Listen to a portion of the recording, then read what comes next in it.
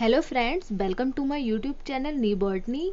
तो फ्रेंड्स, आज का टॉपिक है हमारा classification of meristematic tissue based on origin and development. तो इसे हम हिंदी में कहेंगे उत्पत्ति व विकास के आधार पर मेरिस्टेमेटिक टिश्यूज या विभाज्योतक का वर्गीकरण। तो सबसे पहले उत्पत्ति व विकास के आधार पर मेरिस्टेमेटिक टिश्यू को 3 कैटेगरी में बांटा गया है। तो फर्स्ट है प्रो मेरिस्टेम्स, जिसे प्राप्त मेरिस्टेम्स कहा गया है, और बी है प्राइमरी मेरिस्टेम, जिसे प्राथमिक विभाज्योतक कहते हैं, और सी है सेकेंडरी मेरिस्टेम्स, जिसे द्वितीयक विभाज्योतक कहते हैं। तो स्टूडेंट, मैं आपको एक बात ये बता दूं कि बहुत सारे स्टूडेंट को इस पर्टिकुलर टॉपिक के अंदर बहुत सारा कन्फ्यूज़न है। इस कन्फ्यूज़न को इस वीडियो के बाद आप दूर कर लेंगे। तो फर्स्ट प्रो मेरिस्टेम्स की बात करते हैं, तो ये इसे प्राइमोर्डियल मेरिस्टेम्स भी कहते हैं, यूआर मेरिस्टेम्स भी कहते हैं, और एम्ब्रियोनिक मेरिस्टेम्स भी कहते हैं। ये एम्ब्रियोनिक स्टेज में सबसे पहले विभाजित होने वाला मेरिस्टेम्स होता है। ये रूट एंड शूट के शीर्ष पर पाया जाता है। ये प्राइमरी निर्मित मेरिस्टेम्स क्षेत्र है। इसके फंक्शन की बात करते हैं तो ये प्राइमरी मेरिस्टेम्स का निर्माण करते हैं। ये जो एम्ब्रियोनिक मेरिस्टेम्स होते हैं, इसके अंदर सबसे पहले विकसित होने वाला एम्ब्रियोनिक मेरिस्टेम्स के अंदर सबसे पहले विकसित होने वाला जो प्राइमोर्डियल होता है वो प्राइमोर्डियल मेरिस्टेम्स होता है। इसलिए इसे प्राइमोर्डियल मेरिस्टेम्स कहा जाता है।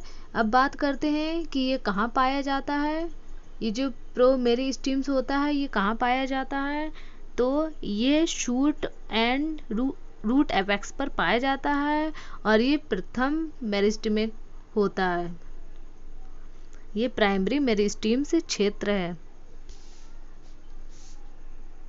मैं आपको ये बता दूं, ये जितने भी अन्य विकसित होने वाले मेरिस्टेम्स होते हैं उसकी एम्ब्रियोनिक स्टेज होती है। ये जो एम्ब्रियोनिक स्टेज की तरह बिहेवियर करता है तो प्रो मेरिस्टेम्स करता है। कौन करता है? प्रो मेरिस्टेम्स करता है। ये भ्रूणावस्था यानी कि एम्ब्रियोनिक स्टेज में पाए जाने वाला मेरिस्टेम्स होता है, इसलिए हम इसे एम्ब्रियोनिक मेरिस्टेम्स भी कहते हैं।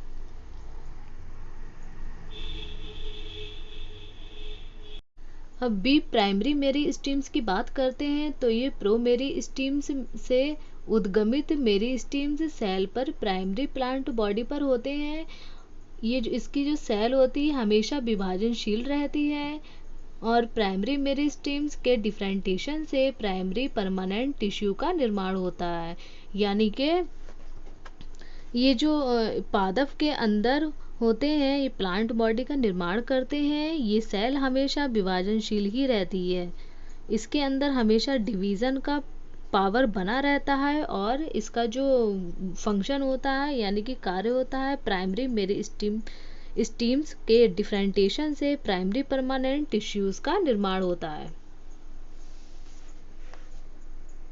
तो सी है हमारा सेकेंडरी मेरिस्टेम्स, यानी ये डिफरेंटिएशन की प्रक्रिया द्वारा प्राइमरी परमानेंट टिश्यू से सेकेंडरी मेरिस्टेम्स बनता है। यानी कि इसका जो डिफरेंटिएशन होता है, इसकी जो प्रक्रिया होती है प्राइमरी परमानेंट की प्रक्रिया, टिश्यू से सेकेंडरी मेरिस्टेम्स बनता है, और सेकेंडरी मेरिस्टेम्स पादप प्राइमरी अवस्था में नहीं पाया जाता है।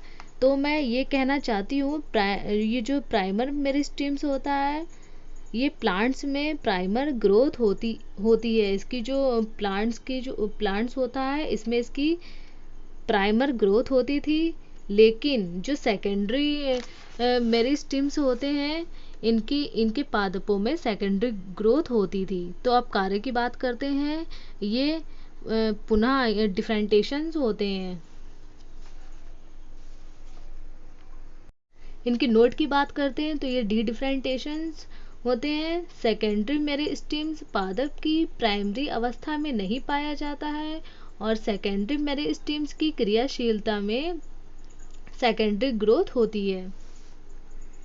तो फ्रेंड्स मैं ये कहना चाहती हूँ, ये जो प्राइमरी स्टेम्स होते हैं इनसे प्राइमरी मेरी स्टेम्स बनता है। प्राइमरी मेरी स्टेम्स के डिफरेंटेशन से primary permanent tissue D differentiation का निर्माण होता है।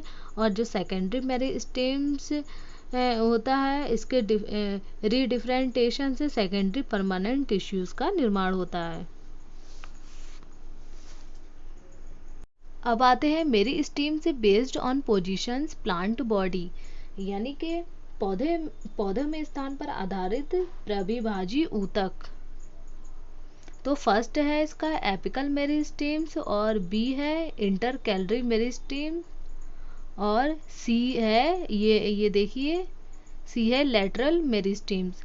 तो ए है एपिकल मेरिस्टेम्स, ये रूट्स एंड शूट्स लीव्स के भाग में पाए जाने वाला टिश्यूज होता है। ये एपिकल मेरिस्टेम्स की ग्रोइंग पॉइंट्स भी कहते हैं, इनको एपिकल मेरिस्टेम्स की ग्रोइंग पॉइंट्स भी कहते हैं। और इनके लगातार विभाजित होने से रूट एंड शूट की ग्रोइंग होती रहती है। अब बी की बात करते हैं, इंटरकैलरी मेरिस्टेम्स, ये एपिकल मेरिस्टेम्स का ही भाग होता है। ये रूट एंड शूट्स की लंबाई में ग्रोइंग होने के कारण एपिकल मेरिस्टेम्स से अलग हो जाता है। इसका फॉर एग्जांपल बता दूं, internode.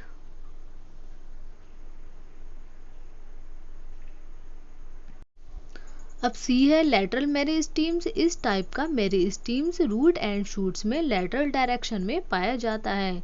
For example cambium and cork cambium.